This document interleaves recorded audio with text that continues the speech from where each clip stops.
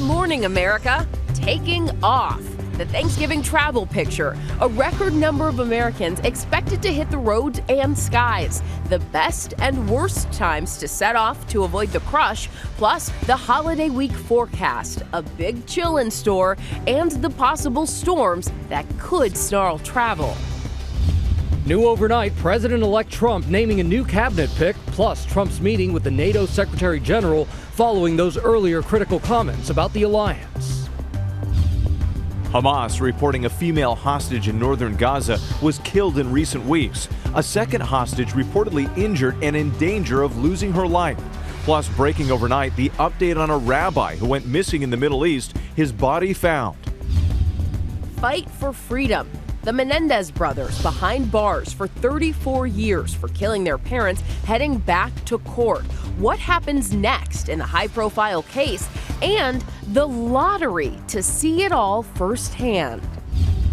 Your Thanksgiving table. A look at what your feast will cost this year, what's going up and what's going down. Plus, has Black Friday already started? The deals right now and whether it pays to wait till after the turkey's been carved to hit the stores. NFL matchups, ESPN's Herm Edwards with insights on this week's big games. Plus, a winning formula, the driving forces at this year's Las Vegas Grand Prix. Now shut up and drive. Live from ABC News in New York, this is Good Morning America. And good morning, America. So great to have you with us on a Sunday. Already thinking about that Thanksgiving meal. Already thinking about it. Looking ahead. We're getting you all ready for it. That's coming up. Obviously, a big travel week for Thanksgiving as well. Record number of people expected to take to the skies and the roads. Yep, and no need to wait till after Thanksgiving dessert to start hunting down Black Friday bargains. They are already here.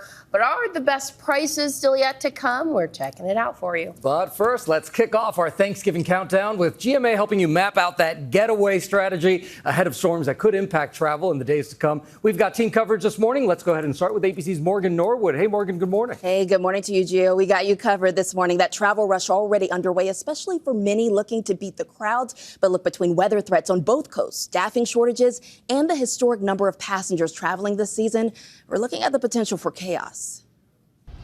This morning, Americans on the move.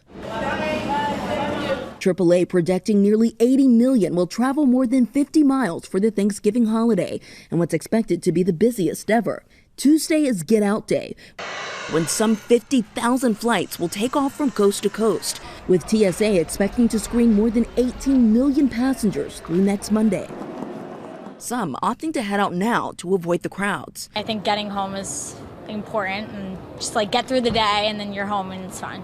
But even for early passengers like Lindsey Beister, it's not guaranteed smooth sailing. I was traveling for almost 12 hours today. I was coming from LAX, where my flight was delayed for almost 6 hours. Airlines bracing for record numbers. American, Delta, and United say this will be their busiest Thanksgiving season ever. United adding 400 flights per day just to handle the demand. In Tampa, airport officials warning travelers to expect long lines starting today. We're expecting approximately 80,000 passengers to flow in and out of the airport. Staffing shortages already triggering disruptions in the Northeast, where the FAA desperately needs more air traffic controllers. We will use traffic flow management initiatives to deal with any staffing shortages on that particular day in this airspace, and we expect to have some of those shortages. In Charlotte, some airport workers threatening to strike during the busy holiday stretch, demanding better wages. And if you're taking a road trip this Thanksgiving, like the majority of us, listen up, experts say it's actually best to leave out on Thanksgiving Day. That's when you're likely to run into the least amount of traffic. Now, if you're driving between now and then, bottom line, you want to leave early or try to head out late evening, Janae. All right, duly noted, Morgan. Thank you. And now let's see how the weather is shaping up for the holiday week to come. Samara Theodore is here tracking that. Good morning, Samara. Good morning, Janae. And that's another factor. Traffic-wise, it might be good to leave on Thanksgiving, but weather-wise, that depends on where you live. Let's get started. Okay, tracking travel troubles. Monday, we've got some heavy rain and mountain snow on the West Coast. By Tuesday, we do have this front sweeping through the I-95 corridor. Middle of the country is pretty quiet and dry. Some snow out in the Rockies. Look what happens Wednesday. So I know this is going to be a big travel day. For those flying out from any West Coast airports or traveling on the West Coast, you're good. East Coast, not bad. But Chicago O'Hare, that's a major airport. We'll be running into a little bit of issues there. Rain in the Ohio Valley. And then Thursday on Thanksgiving Day, travel may not be at its optimum on the East Coast because we're going to see snow upstate New York and parts of Pennsylvania. And then that moves out by the end of Black Friday. It's also going to be cold. Oh, my goodness. Fargo, can we forego those temperatures? Friday, 0 degrees. Gio? All right, Samara, thank you so much. We're going to turn now to the Trump transition. The president-elect meeting with NATO's Secretary General after criticizing the North Atlantic Alliance during his campaign. ABC's Mary Alice Parks is in Washington now with more on that and his latest cabinet picks. Mary Alice, good morning.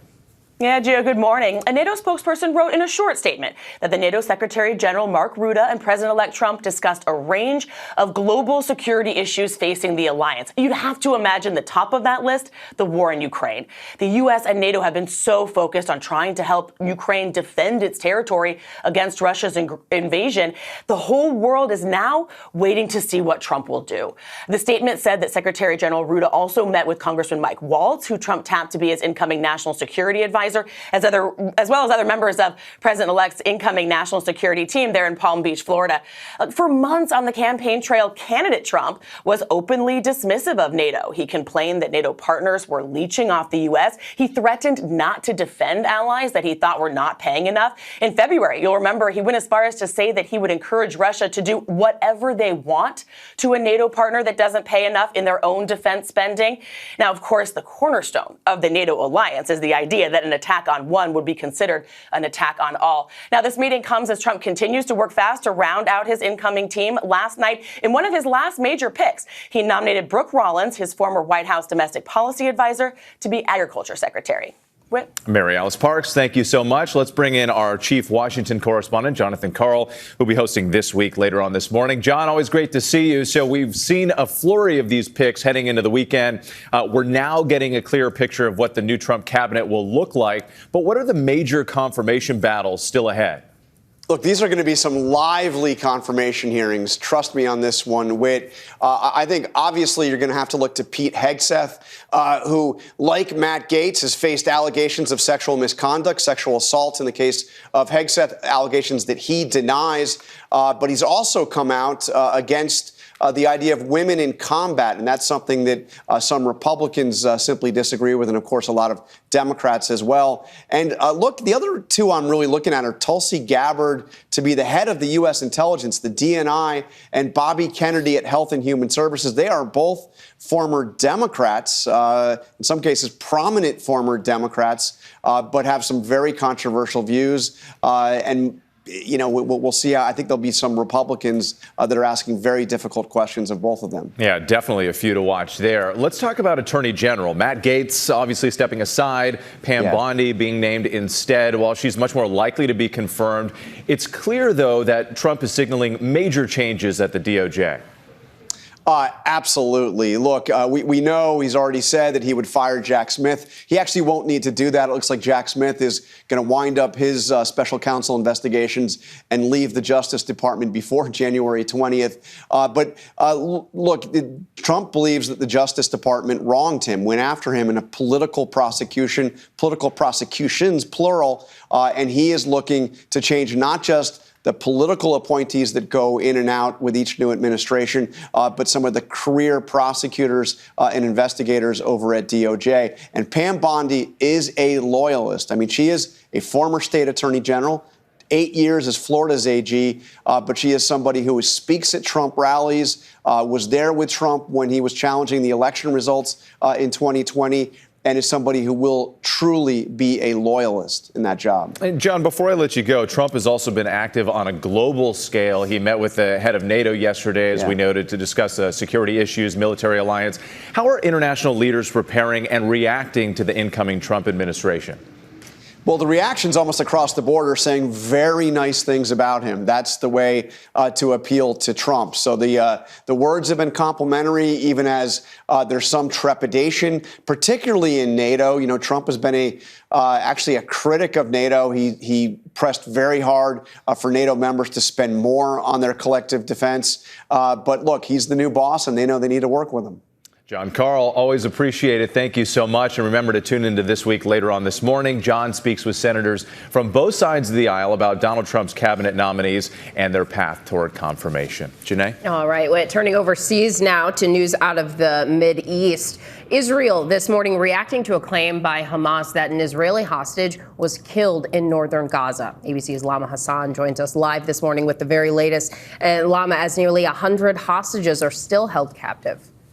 Yeah, good morning to you, Janae. Hamas releasing a statement saying a female Israeli hostage who was being held in northern Gaza was killed in recent weeks in an area under heavy Israeli bombardment. The militant group adding that a second female hostage who was also injured, her life, they say, is, quote, still in danger. Now, Hamas not revealing their identities. The IDF saying they are examining Hamas's claims and at this stage cannot confirm or refute them. This morning, the Prime Minister Benjamin Netanyahu saying he has spoken to the family, saying it is difficult to describe the nightmare they are going through. A reminder that 97 hostages remain in Gaza. 7 of them are believed to be American.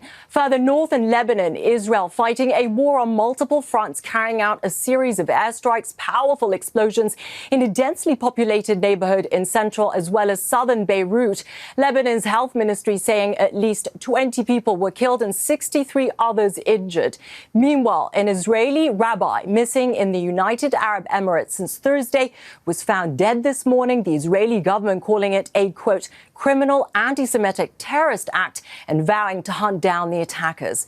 Gio. Sobering headlines all around, Lama. Thank you for your reporting. And world leaders at the United Nations Climate Conference in Azerbaijan announcing a major agreement on Saturday. The new deal calls for wealthy countries to contribute $300 billion annually to help developing nations deal with the effects of climate change. The deal, known as the Climate Cash Agreement, was met with a standing ovation. President Biden also praising the deal, saying the agreement provides a base on which to build. And Gio, back here at home, the Menendez brothers, Lyle and Eric, convicted of killing their parents, are preparing for a new hearing in their bid for freedom. ABC's Ike Ajachi is here with the details. Ike, good morning. Hey, good morning, Whit. It's becoming the hottest ticket in Los Angeles, not in the sports arena or field, but in the courtroom. The highly anticipated public hearing of the Menendez brothers is drawing so much excitement, they're holding a lottery.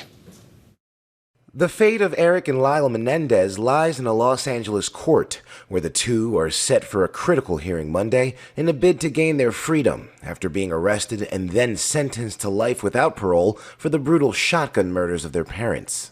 The public hearing spurring a spell of spectators to the Van Nuys courthouse, all looking to witness a possible glimpse of the Menendez brothers, who are expected to make a virtual appearance. The court holding a lottery to determine which 16 people will be given public seats in the courtroom to witness what happens next in the case. I think that I didn't hit you hard enough. The high-level interest in the murder case, driven by a new Netflix series and a separate documentary describing the abuse allegations against their parents, Jose and Kitty Menendez. In a way, I did not protect Lyle. Monday's hearing involves the Menendez brothers' claim that there's new evidence and that they should get a whole new trial or have their previous sentences tossed out or reduced. The significance of this hearing, which is typically a very mundane one, is that the Menendez brothers will appear virtually, and they could be asked questions or answer any type of information that the judge asks of them. Incoming Los Angeles District Attorney Nathan Hochman refusing to reveal before a thorough review whether or not he will support the decision of his predecessor to reevaluate the jail sentence of the Menendez brothers. If you decide this case based on just reviewing a Netflix documentary, you're doing a disservice to the Menendez brothers, to the victim family members, to the public. Now, the maybe more substantial hearing, and the one that could bring about the best chance for their release, will be a hearing next month in which the brothers will argue that they've been rehabilitated in prison. Janae? It is fascinating that there's so much excitement that they're holding a lottery to be able to see that hearing in person. Ike, thank you for that. Now to your Thanksgiving spread and the jump in egg prices. ABC's Rena Roy is here with a look at why the prices are rising right when we're preparing for those Thanksgiving feasts. Rena, good morning. Hey, Janae, good morning to you. Yeah, that's right. We are in the home stretch, which means millions of Americans are hitting the stores right now. Unfortunately, they'll probably have to shell out a little more cash as they prepare for the big dinner, particularly when it comes to eggs. Eggs have gone up more than any other food in the last year. The average for a dozen is now $3.37. That's roughly a 50% increase. Looking back to last year, eggs were about $2 on average. And experts say bird flu is mostly to blame. The disease usually spreads fast around this time of year when birds are migrating. So supply has been low and prices have been high. And federal officials say this increase in bird flu cases will likely affect American wallets even going into next year. Guys. Okay, so that's something we will keep track of. And Rena, what do we know about the prices of other key supermarket items, especially ahead of Thanksgiving? Yeah, well, there is some good news on that front. Overall, groceries are up just about 1% from last year. And when we talk turkey, we're actually looking at a 6% decrease on average. For pumpkin pie mix, you'll also see a similar price cut, which I'm pretty pumped for because I don't know about you guys, but I love me some pumpkin pie. You and I both, Rena, you and I both, and the pecan pie too. Yeah. Thank you so much for that. And now to the big Formula One race overnight in Las Vegas. Max Verstappen now winning his 4th F1 World Championship. ABC's Jacqueline Lee joins us now with all of the highlights. Good morning, Jacqueline. Gio, good morning. Oh, man, what a race. You had it all. The drivers fighting to win, celebrities packing the stands, everyone wondering if Max Verstappen could do it again, and he did. Verstappen now winning 4 championships in a row. And that man has hit the jackpot in Vegas tonight. Max Verstappen, a 4-time champion of the world. This morning, Max Verstappen is the 2024 F1 World Champion, clinching his 4th title in a row after coming out on top in an exhilarating head-to-head race through the iconic Vegas Strip as cars zip by some of the most recognizable Vegas hotels. That is 4 in a row, Max. 4 in a row. Congratulations. The drivers reaching speeds of more than 200 miles per hour as they zoomed past thousands of fans in attendance, including a smattering of celebrities. And while Verstappen did place 5th in Vegas for Red Bull, he ruled the road, hitting the championship jackpot thanks to the point system in F1 races. But for the most part, Verstappen played it safe while also taking a few risks. He just needed to stay ahead of his chief rival, Lando Norris, who finished 6th. I'm going to enjoy this, but there are still 2 more races that I want to do well at the same time. And then, of course, we take a little break and then we try and go at it again next year. Meanwhile, George Russell taking home the checkered flag at the Las Vegas Grand Prix. Lewis Hamilton putting the pedal to the metal, making an epic comeback drive to claim 2nd place from 10th on the grid. Driver of the day for Lewis Hamilton. 27-year-old Verstappen now moving into elite company. Time for the world champion. Joining just a select few other drivers who have won 4 championships. Incredibly proud of everyone, what they have done for me, and to stand here as a 4-time world champion is of course something that I never thought was possible. And Verstappen acknowledges it's been a tough season. He's learned a lot of lessons, but he says he's ready for a 5th championship next year. Whit, next year you and me, I think we should race. Oh, yeah, absolutely. Sign me up. And Jacqueline, quick question for you, because we were debating this. Do you say pecan pie or pecan pie? I say pecan. Pecan. Okay, all right. Pecan. There you go. Yeah. Gio said pecan. Gio loves pecan pie. Pecan pie. Thank you, Jacqueline, for clearing that up for us. Let's get to Samara Theodore, check of the weather. Thanksgiving, obviously, on our minds tomorrow. What's the weather looking like? And just for the record, it is pecan, so I'm with you. Oh. Yeah. And pumpkin pie is better than sweet potato pie. I said it. Verdict all right, in the let's studio. go ahead and jump right into this.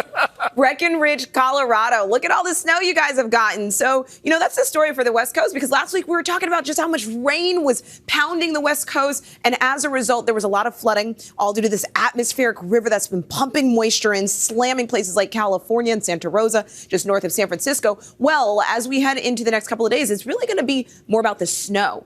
Winter storm warnings have been issued, as well as winter weather advisories for parts of the Rockies. So now through Wednesday, we could see anywhere from 3 to 5 feet of snow in parts of the Sierra Nevada. So if you are traveling on the West Coast and some of those higher elevations, be very mindful of that. I'd like to just say that when saying pecan, it gives like Target instead of Target. You know what Yes. I mean? I get that, but pecan? But like, there's right. When you say it like that, Well, Gio just, is a pecan pie. Lean into it. Yeah. And I get the point too, but there's right and wrong. Like- There's Settled. yes. Thank you very much. We love you, Mara. Gio. All right, this morning we are remembering longtime game show host Chuck Woolery. He was the first host of Wheel of Fortune, who went on to be the face of Love Connection and Scrabble. Woolery was inducted into the American TV Game Show Hall of Fame in 2007. Many fans remember him for his signature toss to commercials. We'll do it in 2 and 2. Woolery's friend and podcast co-host Mark Young saying he died at his home in Texas with his wife by his side. Chuck Woolery was 83 years What a legendary career. Yeah, That 2 minutes and 2 seconds, There you the go. 2 and 2. Which is what we're about to do right now. Yeah, exactly. Coming up in a little bit. That's right.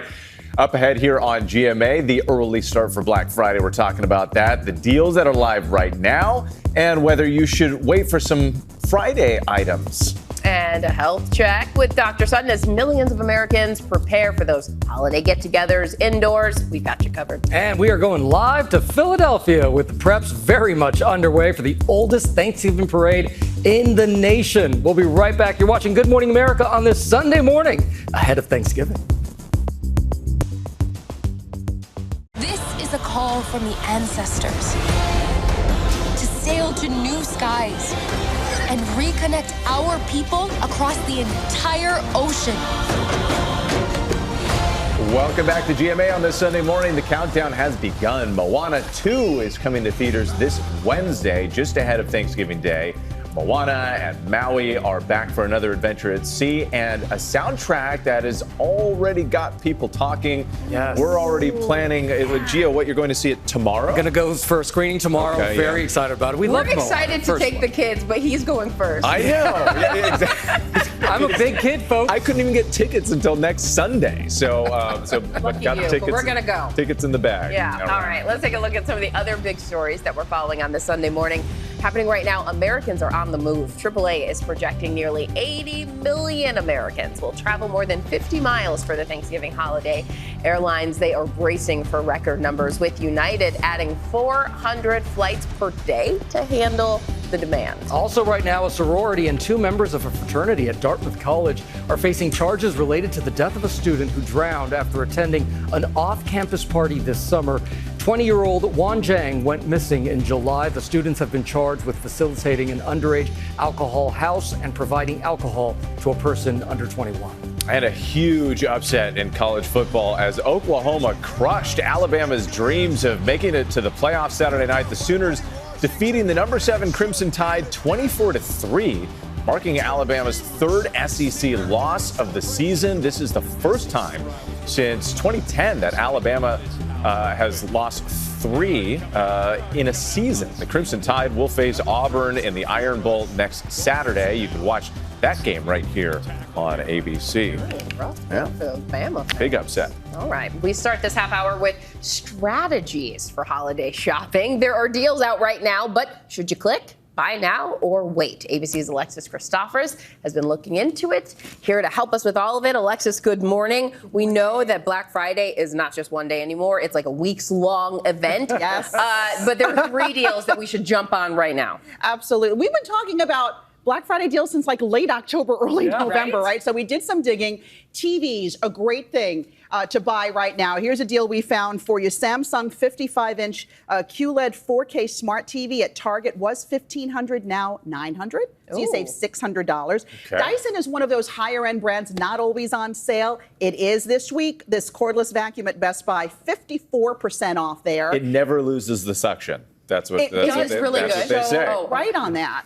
And I also love my All-Clad. So shout out to All-Clad, another higher end piece there, 40% off right now at Macy's. Okay, good deals there, but are there going to be special deals when it comes to Black Friday, like on Friday. I know what you mean. It's really hard to find them, and we had to go digging. I found a couple, and this is Amazon Live is hosting a series of live shopping shows starting at 7 p.m. Eastern. There you have your hosts, Martha Stewart, Jennifer Hudson, Eva Mendes, Kimberly Schlappman. They're going to be having their own half hours where they're going to be, curating their own products. Funny enough, the one with Jennifer Hudson, Tommy, my husband, is going to be hosting it with her. Serious? Yes. Fun. So watch that. Okay, there you go. A nice plug. And if you have a Swiftie on the list, Target has two exclusive pieces of merchandise, the Eras tour book and also her album in vinyl and CD. In stores only on Friday, then online Saturday. Okay, I do have a couple Swifties on the list. All right, writing that down. What about what's new this year? What are some trends you're watching? So once again, mini is big. So we're talking mini replicas. These are replicas of makeup. You can't actually use it, but they're adorable. They're from Ulta. Ulta Beauty. Also, Charlotte Tilbury is real makeup, and that's a mini, and you can use that. They're collectible. They're so darn cute.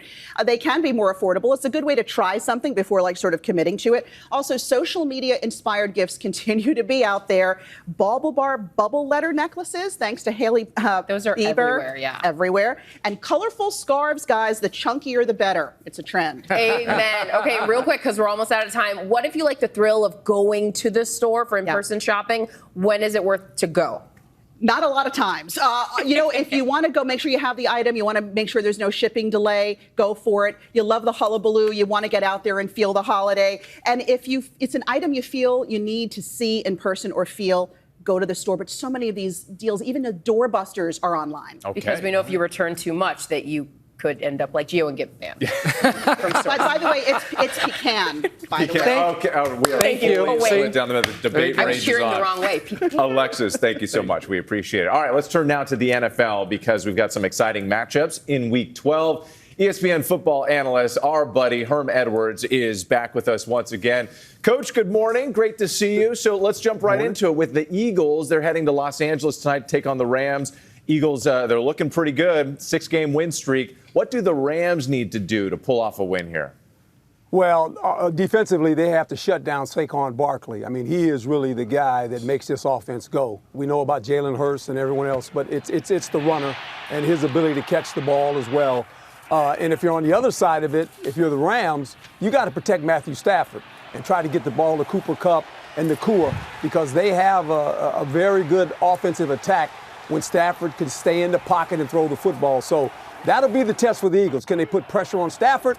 And could Saquon Barkley get it going? That's going to be very important. All right, Coach. Paisley and Plaid this morning. The Arizona Cardinals, they're holding a slim one-game lead over the remaining 3 teams in the NFC West. The Cardinals visit the Seahawks today, which will be a huge game to decide the division down the line. What does each team have to do to win with so much?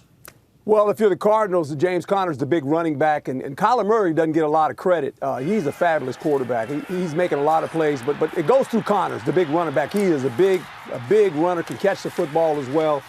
And I think on the other side of it, if you're Geno Smith, what you have to do is protect the football. You cannot turn the ball over, especially when you're playing a team as capable as the Arizona Cardinals. They have a pretty good defense as well. So this will be a big game. You're right. It's a conference game. Right now, if you look at this conference, the Arizona Cardinals are the best team. Now, we didn't say that in the beginning of the year, did we? We thought it was going to be the 49ers, the Rams, Seattle, but Arizona is the most consistent team in this conference right now. I like that you said we. I just winced. Unfortunately for Witt's Niners, yeah. Oh, man, it's been rough. Hey, Coach, let's turn to Who's with Herm. We love our segment here. We were all winners last week by picking the Texans over the Cowboys. So let's look at the tally right now. Witt's got 9. Sure do. Janae's got 8. Wow. I've got 2. Go ahead, Gio. 2-game win streak, Gio. Herm's got 7. So we got Monday night on ABC. The Ravens beat the Chargers in Los Angeles. Who you got, Herm? I'm going on the limb. I'm taking the Chargers. Oh, I like the Chargers. All right. I like the Chargers. All right. This is the Brother Bowl, right? The Brother Bowl, the Harbaugh Bowl. That's right. Okay. Yeah, the Harbaughs. Who do you got? I'm going to go to the I'm going Ravens. Something about Charm City. I got to go with the Ravens. There you go. I'm going Baltimore too. Okay, I'm going Baltimore. I knew it. Baltimore. Gonna do it. Catch up. I catch up this week. I knew you guys were going to take Baltimore. Thank you, Herb. You can't help yourself. We love you, my man. We love you. And you can catch the Ravens versus the Chargers at 8:15 p.m. Eastern on ABC right here Monday night. And time now for another check of the weather. And Samara Theodore is here. Hey, Samara. Hey, how's everyone doing? All right, take a look at this video. St. Joseph, Michigan, you can see the waves whipping up. This is a snowy owl. Beautiful shot there, but very strong gusty winds in parts of the Great Lakes in the Northeast. Norwalk, Connecticut, sun's coming up. It's looking nice, but it's chilly out there, you know, pretty cold. And it's not only cold in the north, it's cold in the south, too. Frosty morning for our friends in places like Birmingham, Montgomery, down towards Lake City, Florida. Frost and freeze alerts are in place. And check this out. This is from the Climate Prediction Center. What we can anticipate between the 29th of November and December 3rd is much colder than normal air throughout the Great Lakes and much of the Northeast. And a look at keeping healthy as we gather for Thanksgiving, kicking off the holiday season. So joining us again is ABC News medical correspondent Dr. Darian Sutton. Good morning. Hello, good morning.